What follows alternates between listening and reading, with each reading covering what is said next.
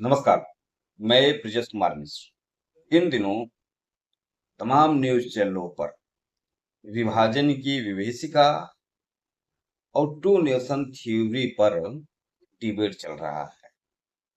इस बात पर चर्चा हो रही है कि किसने टू नेशन थ्योरी का कंसेप्ट दिया, विचार किसने दिया, किसने विरोध किया। मैं कहता हूं ये आज डिबेट का विषय ही नहीं।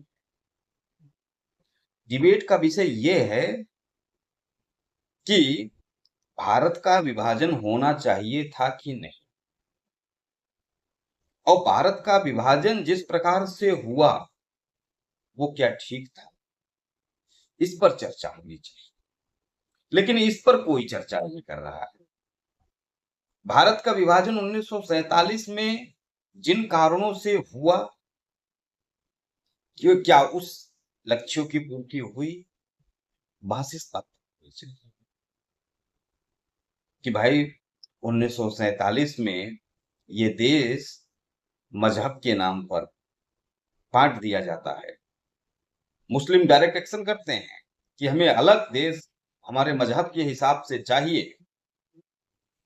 लाखों हिंदुओं की जाने जाती है, लाखों हिंदुओं बहन बेटियों के साथ अत्याचार किया जाता है, दुष्कर्म किया जाता है, करोड़ लोग पलायन करते हैं।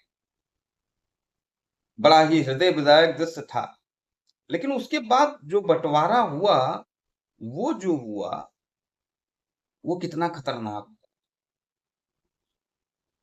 ये सब होने के बावजूद भी 1947 के बाद भी भारत में हिंदू मुस्लिम के नाम पर न जाने कितने दंगे हो चुके होंगे, न जाने कितने हिंदुओं का जान जा चुका हो, न जाने कितने हिंदू बहन बेटियों का धर्म परिवर्तन कराया जा चुका हो, न जाने कितने हिंदुओं का धर्म परिवर्तन कराया जा चुका हो।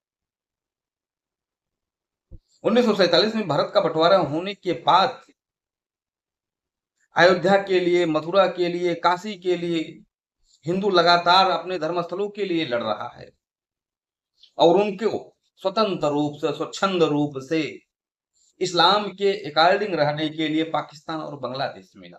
मुसलमानों को, हिंदुओं को क्या मिला? चर्चा इस विषय पर होनी चाहिए। लेकिन दुर्भाग्य ये है कि हम उलझे हुए हैं।